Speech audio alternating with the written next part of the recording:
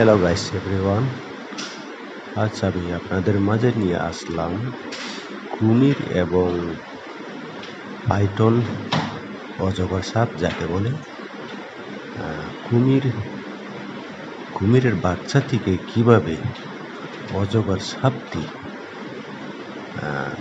শ্বাসরুদ্ধ করে হত্যা করে এবং তারা এভাবেই শিকার করে যে কোনো প্রাণী এবং খাদ্য গ্রহণের জন্য।